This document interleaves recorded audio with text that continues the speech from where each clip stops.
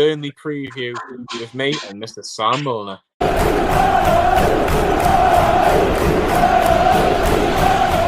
Saturday night entertainment is at St James's Park as Newcastle take on Burnley. I'm here with Sam. Sam, massive game for Steve Bruce. It always seems to be a massive game for Steve Bruce at the minute, but against a team like Burnley who haven't got a lot of new signings, 3 points is nearly a must in this game, isn't it? I say it very much is a must. After the performances that Newcastle have been putting out lately, you can't have another repeat. Big physical side, Burnley. They've not had a good start to the season. This is a game where in previous seasons we'd struggle to get all 3 points, but we can't afford any of that nonsense this season. We got lucky last season because we picked up wins, Spurs away, Chelsea at home, Man United at home. Brilliant days, but you can't rely on getting them every season. And our record last season was poor against the teams at the bottom and teams like Burnley. We should be beating these kind of teams at home. We need to be beating these kind of teams at home. If we were to get beat going into that international break, if the pressure wasn't already on Steve Bruce, my word, it will be, especially when we've got Man United to come after the international break. It's a huge game. It may just be Steve Bruce's biggest game in charge. Get your comments below if you think it is Steve Bruce's biggest game in charge as Newcastle manager. But just touching briefly on Burnley, Sam, you've mentioned that they haven't started the season well, obviously losing 4-2 away to Leicester on the opening day. That was followed by a couple of League Cup games. Obviously, they've beaten Sheffield United on penalties at Turf Moor. Nothing wrong with winning on penalties.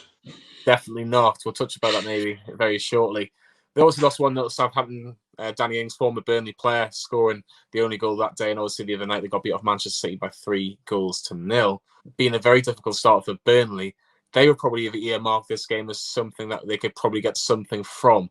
Who do you think are Burnley's biggest danger men? I'm looking at the likes of Ashley Barnes if he's fit, because he did play against Newcastle's under-21s, Jay Rodriguez, Dwight McNeil. Are they the three that you're thinking of that could be dangerous on Saturday night?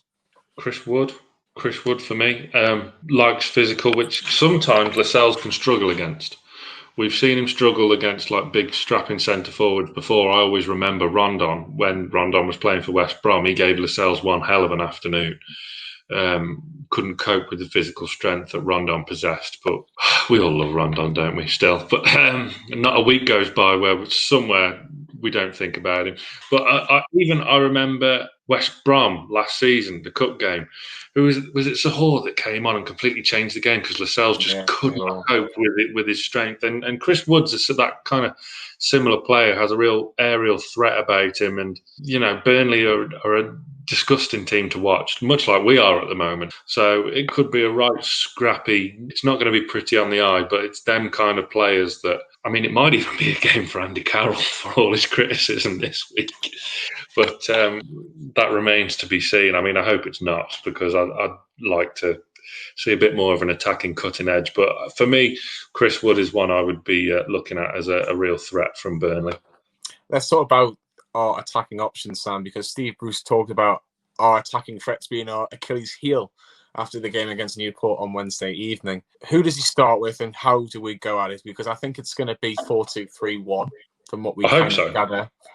Do you go, in my opinion, if everyone's fit, which you think saint-maximin is going to be fit? There's nothing really being said that it's not going to be fit. Saint-maximin, we're led to believe, will be. I'll be amazed if Fraser's fit after playing 90 minutes.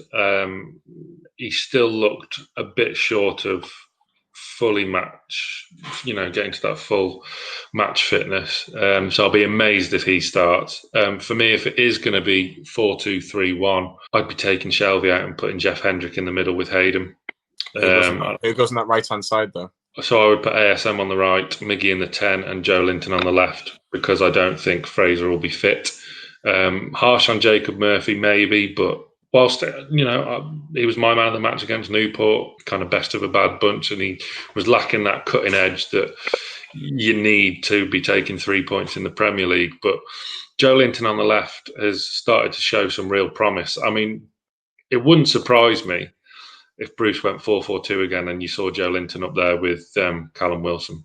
It really wouldn't surprise me. But I just hope he kind of sticks with 4-2-3-1 because he's just struggling to find a system that suits, and the team's still really lacking an identity. You mentioned John Joe Shelvey there and the fact that you want him to be dropped for this game against Burnley. He did score a very good goal. And I know Yeah, he did. Don't get me wrong. I was just going to say, there was a lot of criticism with his performance on Wednesday, but do we miss something with John Joe Shelvey not being in the team? That goal aside, for 80 minutes, he was absolutely horrendous against Newport. Wasn't great against Spurs. No one was great. No one was good. No one was average against Brighton. There's nothing. There's no harm. I mean, I'm a fan of Shelvey. All things considered, I'm a fan of his. I like him. So why have you dropped him? But there's because it's a squad game. We've got a half decent squad now. We've got to utilise it. There's no harm in taking him out for a game and putting Jeff Hendrick in his favoured position, because it's no good putting him out on the right all the time.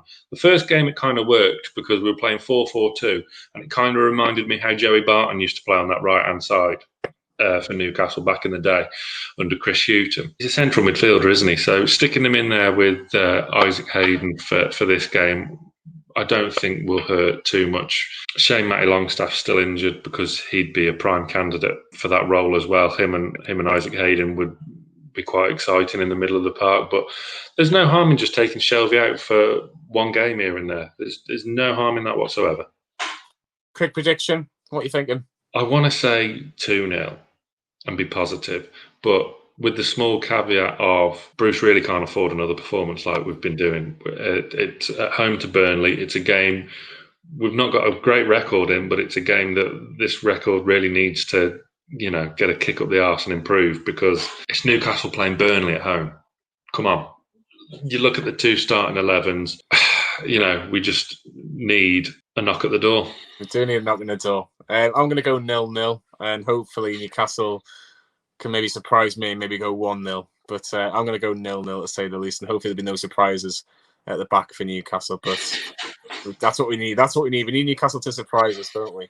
But yeah, make sure that you listen to all the Newcastle fans' TV reaction to Newcastle versus Burnley. We'll be doing all the videos after the game, the group reaction, the scoring the players, and the final word. Sorry, the last word. I keep getting that mixed up. Lee will tell us off for that, Lee will tell me off for that.